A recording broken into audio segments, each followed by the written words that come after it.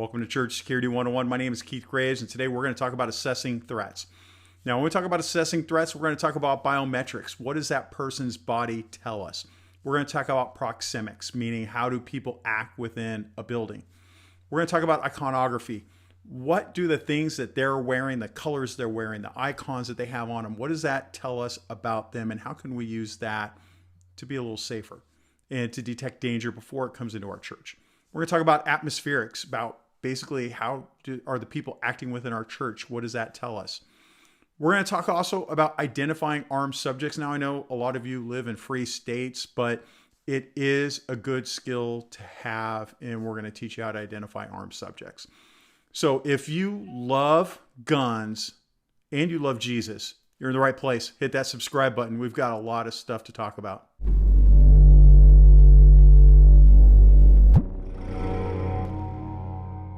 All right, so when we talk about assessing threats, what we want to do is we want to see things before they enter the church, or when they're in the church, we want to see it before they get into the sanctuary. We want to be able to head off a problem before it happens. Where a lot of the stuff that I'm going to talk about comes from, it actually comes from the military. They did a really good job in Iraq where there was a group of soldiers and Marines that did a really good job at identifying terrorist activity and insurgent activity before it popped off.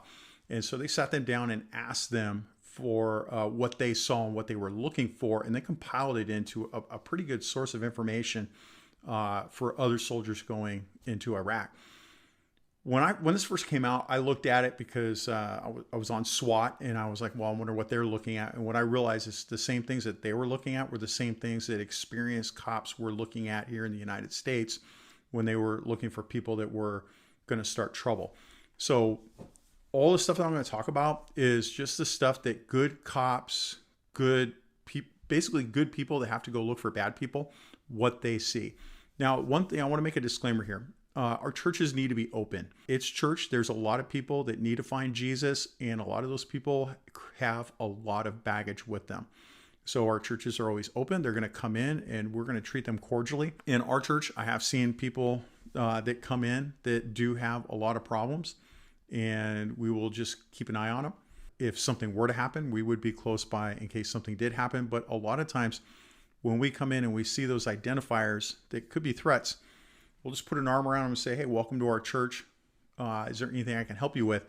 And a lot of times you will see them relax, and they'll say, like, yes, I just have some problems, and I'm here to get more information. Well, let's help you. And then we put them in the right place. Other times we've seen threats as they come up, and we've heard things like your pastor is possessed by the devil and he's harming children. We need to stop it. Okay, we heard danger language. We see, we've got a lot of things that are concerned for us. Probably not going to talk to the pastor because you think he's possessed by the devil, and we'll redirect them somewhere else and try to find, some kind of resource for them. So how all this stuff was identified was assessing threats and teaching our people how to look for those threats. Now, some of the things that we look for is body language, right? Body language it tells us a lot. And a lot of us see this subconsciously every day anyways, when we see other people. As an example, somebody that scratches their head, it occurs when the person's confused or attempting to be deceptive. Okay, running fingers through your hair can be a nervous tic, or it can be a sign of subconscious affection. Rubbing the back of your head can be a sign of being deceptive. Placing your hands on your hips is a power signal. It makes you look like you're larger than you really are. Rubbing your hands together, it gives the intent off of like nefarious conduct or nervous energy. Balling your fist signifies anger and aggression. This is what we call a pre-attack indicator. That'd be no different than if you're talking to somebody and all of a sudden they drop their foot back and they're getting ready for a fight. You just want to be ready for those pre-attack indicators. Tapping their feet implies that they're impatient. Their toes pointed to where they want to go. So there have been a lot of times that I've contacted somebody on the street. They have done something really bad, and we're just trying to work it out so we can get proof, that we're going to hold on to this person. And every time before somebody flees, I see them move their feet in the direction they're going to run. And that's my indicator. I'm going to be ready. And usually I put somebody on the other side. Now, we don't want you to do that for the church, but as cops, we would send somebody over and kind of go into a blocking position. If somebody wants to run away from you, let them run. Okay, let them keep going. Right. If what I would do is if you see that feet stance change in the direction of they want to run, you just want to make sure that there's other people out of their way so they can run unimpeded. If their feet are pointed at you, they're interested in you. If they're pointed at the door, they want to go to the door. You get the idea of how that works, right? So when we talk about assessing threats, one of the things that we look at is biometrics. It's the psychological reaction to stress. Biometric cues are the interpretation of physiological reactions, which are autonomic, instinctive, and unlearned reactions to stimulus. It's almost impossible to control. Some examples are histamines, adrenaline, and endorphins, which all elicit a human body response like redness, swelling, sweating, and fixed pupils. If you know this, you could be warned of somebody's intent. Some examples of biometrics might be reddening of their face with extreme anger or embarrassment, turning pale in preparation for fight, flight, or to freeze. A visible pulse in their neck. Now, I want to throw something out with a visible pulse on the neck. One of the classes that I teach cops, in fact, this is exact. I train thousands of cops every year just in this fashion through digital media, and this is my backdrop. Everything's the same, right? But we're just changing this for church. One of the things that I teach is drug impairment. I teach cops how to identify people that are under the influence of drugs. One of the things that we see with people that use stimulants like methamphetamine and cocaine is they have a visible pulse in their neck, meaning that they've done the drugs that they're doing is just making their heart pump so much that you actually physically see their carotid pulse going up and down. So it is not that just because you see that doesn't mean that somebody's high. That doesn't mean that they're ready to attack you. It's just something that you should pay attention to and start taking everything in as a whole. Their hands, legs, and even their entire body can start shaking. As their body temperature increases, individuals will start to perspire, often to a point that is visible to other people. Histamines cause reddening of the skin and cause the local area to start to itch. And then this physiological response can be caused by anger, nervousness, or embarrassment. Now, one more thing about that embarrassment part. There's a lot of people that come into church and they are nervous. They're not nervous because they're going to do something wrong. It's just that maybe they've led a life that is contrary to our beliefs. But we have to remember we want to bring them in so that we can help them stop that behavior, find Jesus, and be saved, right? So let them come in. Just pay attention to it. What I like doing when I see that, I'm usually at a door by the greeters. I like coming over and saying, hey, welcome brother or welcome sister. It's nice to see you here. I haven't seen you before. Even though we're a very large church, we still know kind of who everybody is. I haven't seen you here before. Is this your first time? Yes.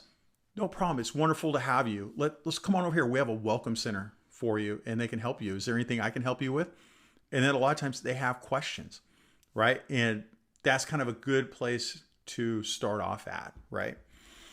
Pupils can be dilated or constricted from drug use. I do occasionally see people. Now remember, I teach officers how to identify people that are under the influence of drugs. I worked narcotics, both undercover and in plain clothes, for years in California. I can identify people that are high fairly easily. It's not rocket science. I do see people that use drugs come into church. We want them to come in. Just because they're high doesn't mean they shouldn't be there. We want them to be there because we want them to come to Jesus. We want them to be saved. In my church, we actually have a sober group, and I know who those people are, and I can bring them over, and they know what I do, right? And I can go, hey, why don't you come on over here and help me? Well, they know what's going on, and we can all help that person with whatever they're doing. It's just these are the things that you want to see before they come into your church, right?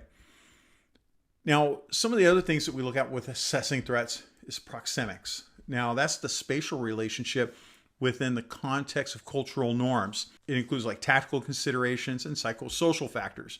So let's start with intimate distance.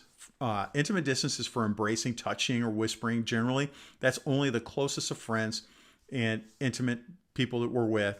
and it's less than 6 inches. This would be the close phase. So after intimate distance, we have personal distance. Now, the personal distance for interaction among good friends is 1.5 to 2.5 feet. And then we have social distance. The social distance is kept by most people who interact amongst acquaintances is 4 to 7 feet. Now, this 4 to 7 feet, the long end of that, that's 7 feet, maybe a little bit more. That social distance is when I deal with people that are under the influence of drugs, or I think there's a threat in some way. 7 feet is the minimum. I keep them from me, and I just come up and contact them if I think there's an immediate danger. Then we have a public distance. The public distance is basically the distance kept for public speaking, and it's usually 12 to 25 feet for the most part. Understanding this is important, right? So when somebody comes in and they think that they're going to do something bad, they're not going to be at intimate distance. They're not going to be up close to somebody and whispering in their ear. They're going to be at that public distance. They're going to stay far away from other people because they want to create some kind of a barrier between them and everybody else. So when I go to church, usually I see people in a personal or a social distance. When everybody congregates right in front of the sanctuary there, or wherever you are, you're that one place where everybody goes, right? After and before the service. Look at how everybody acts. Everybody's within that personal to social distance, and they're having their conversations. They're making plans. They're talking about whatever, catching up on life events. Look at what looks odd for your church. Now, the nice thing about your church, you know where your incident's going to be. Whereas a soldier or a police officer, they don't know where their incident is going to be. It could be so many different places. You're lucky it's in your church. You know exactly what it's going to look like, how close people normally are. Then when we talk about assessing threats, we also have geographics. So the definition of that is the environmental awareness that aid or impede a potential attacker. We have some habitual areas. These are usually public areas or a place where most people in the baseline would feel comfortable and relatively safe, like a public school or a restaurant. Now, think about this habitual area. How would you feel in a mosque? Uncomfortable, and you might stick out, right? Then we have anchor points. It's an area where only certain individuals within a given group would frequent without some kind of reservation. It's individuals outside this group or sect would have reservations, feeling uncomfortable, and generally would avoid this area. So as an example, a mosque if you're Muslim, a church if you aren't Christian, and so on. If I went into a mosque being a Christian, I would stick out because I feel uncomfortable. I don't know what I'm supposed to do. I don't understand how anything works there. Conversely, a Muslim coming into a Christian church would feel the same way. Put yourself like you grew up in a very nice neighborhood. Now think about like the worst, think Detroit or Oakland. And we put you on a street in Detroit or Oakland after you grew up in this very small town that's very nice, and you're walking down the street, you would stick out because you feel very uncomfortable. That would be an example of that. When we talk about these anchor points and habitual areas and everything else that we've talked about, you're looking at what's normal and looking for the people that are obviously in that abnormal section coming in and how they're not acting right. That doesn't mean go over and jack them up and say, hey, what are you doing? I mean, we're a church. We want everybody to come in, right? Even people of other faiths. My church, we have a lot of people from other faiths come to us and then convert and attend. And when they first walk in, you can see they're nervous. We want them to come in. It's something that you want to look at. You want to pay attention to. You don't necessarily need to say anything on the radio. You just need to look at it and pay attention, right? Conversely, if it's 100 degrees outside and you're in Texas and a guy dressed all in black with a black coat, comes in and he's pouring sweat, all right, I'd be a little nervous then. Another thing we have with assessing threats is iconography. Basically, it's human interactions with symbols as indicators of hostile intent. So to give an example, like gangs, in the area that I worked, I was a gang sergeant in charge of a gang team and a narcotics team. We had both... we had mainly Hispanic gangs, Northerners and Southerners. So the Northerners wore red, the Southerners wore blue. We were one of the few areas in California that had both. I remember driving by the Catholic Church on Sunday routinely, and I would see both gangs going into church, and they would have very subtle colors, but they were going in there, and it always made me nervous, right? And Thankfully, nothing ever popped off in that church, but you would see it. It's much like some of you guys wearing an American flag shirt, or wearing a shirt with that Spartan emblem on it, or Molon Labe. I know when I see a guy walking by in one of the Molon Labe shirts or something like that, I'm like, all right, my people, right? But I also know that guy's probably armed, right? We have icons that we wear to express what we are a part of. I'm a former soldier. I wear Army stuff occasionally, and people that see those icons, like my old unit patch or something like that, will see that and go, oh, he's a former soldier. Good for you. Or sometimes they might be able to identify he was a combat engineer, and they can see that, right? A lot of stuff I wear has some kind of cop theme to it. So as an example, I'm wearing this shirt because today's Sunday and I had church. I wear underneath what I'm wearing, I've got a Christian-based law enforcement shirt. So it's got, the blue line all around it. And most people can see that and figure out I was probably a cop at one time. So we use these colors and we use these icons to identify who we are.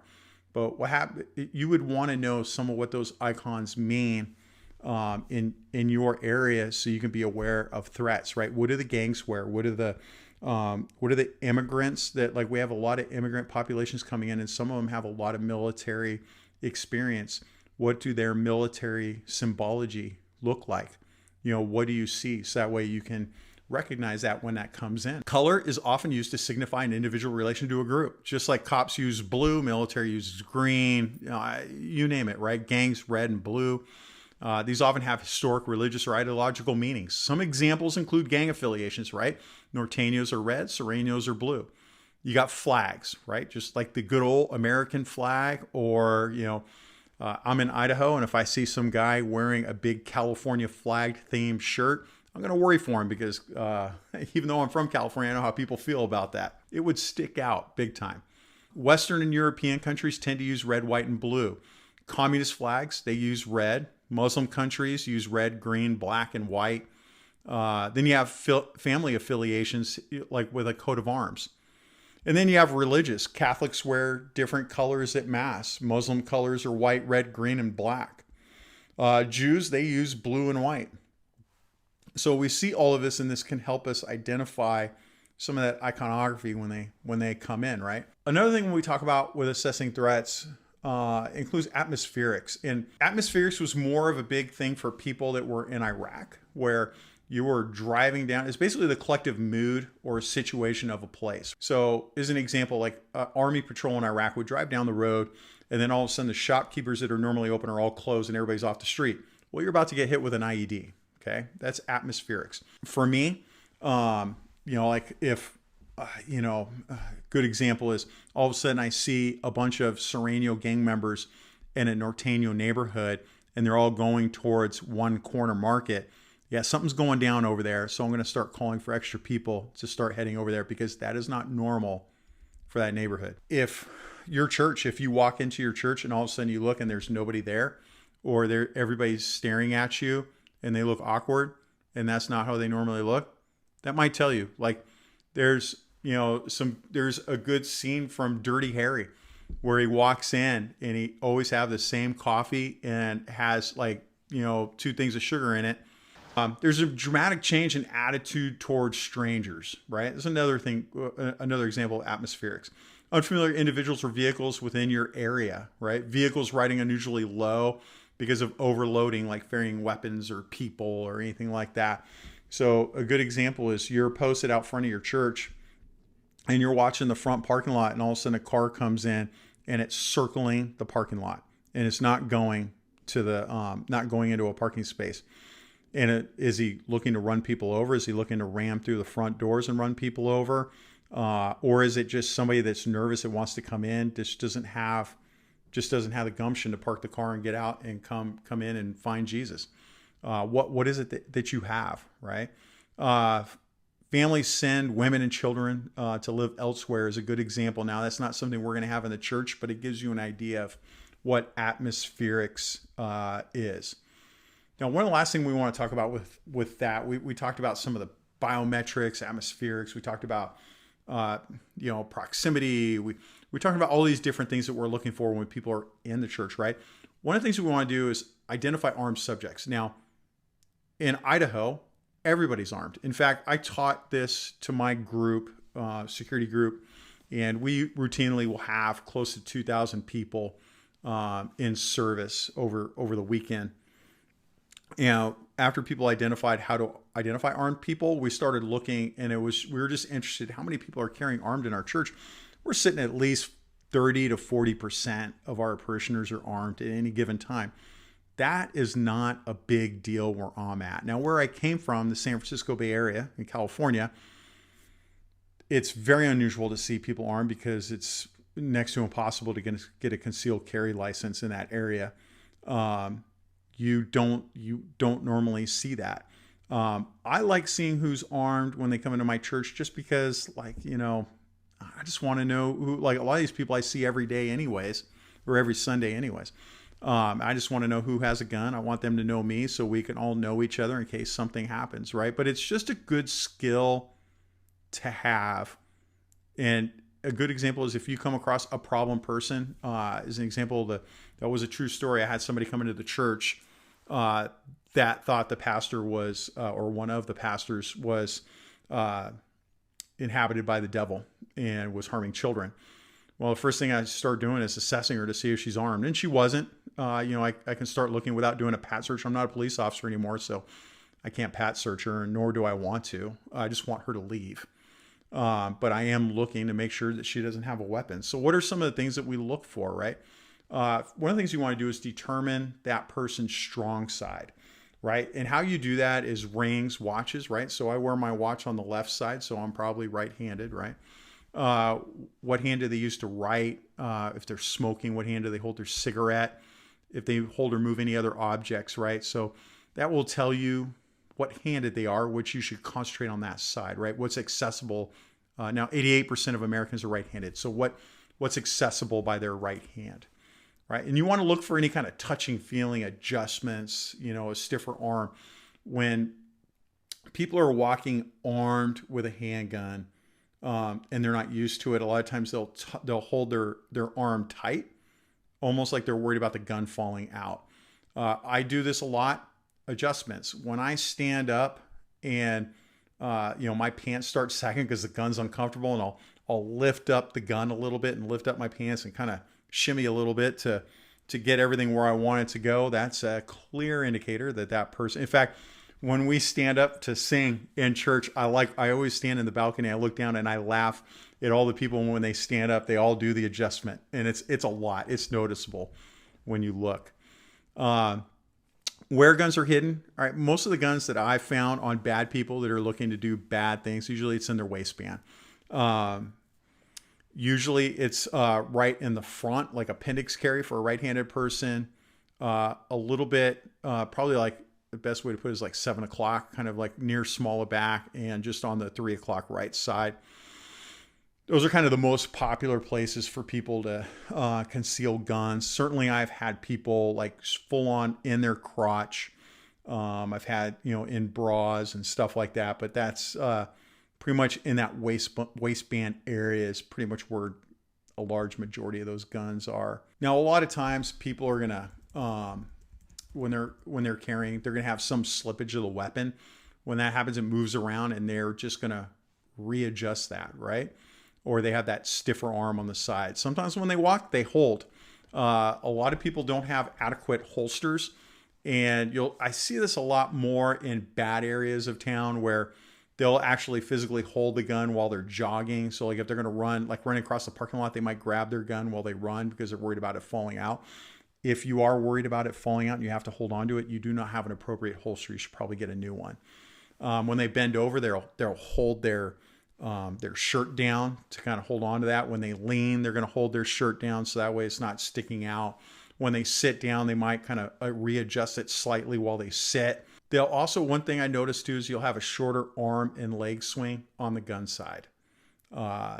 You'll see some protective turning of their arm side. When they enter crowds, they might hold on to it. Now, I tend to do that instinctually because whenever we went into crowded situations, we always put a hand on our gun to make it harder for somebody just to grab it. Every once in a while, I'll catch myself doing that when I get into a crowd, and I've kind of got to force myself not to do that. Or a lot of times they'll just look down to where their gun is, and they'll just do a security hold with their elbow. They'll just kind of tuck their elbow in and then hold that. Now let's talk about if you have to confront somebody that you think is armed.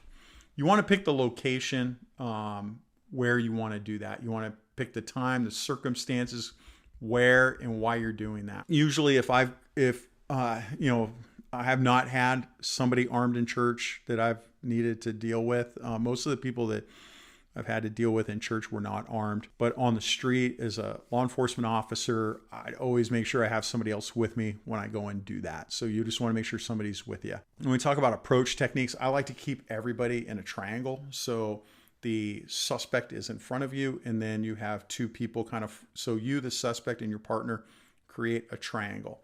And that way, if a shooting does pop off, it allows you to not be in each other's way. It allows you to protect one another and to help each other, right?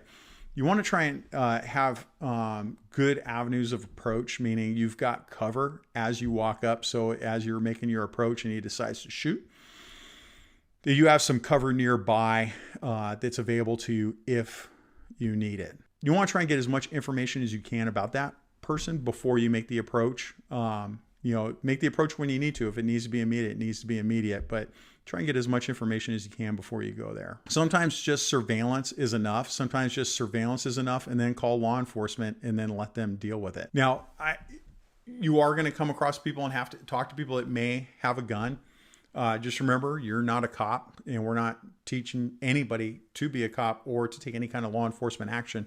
You're just basically a security guard for the church. I think a lot of times if you need to contact somebody beyond just like if you need to have them leave the church or something like that, that's fine. Go up and ask them, hey, it's time you leave the church.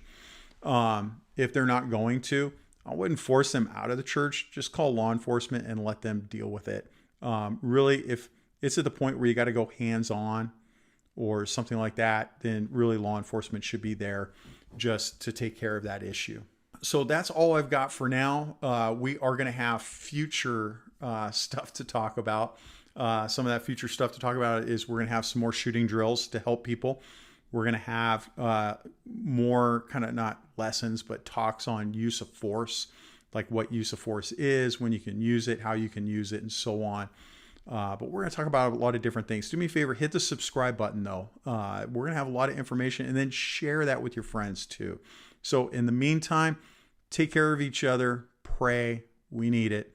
And that's it. Make sure you take care of yourself spiritually and physically. Take care.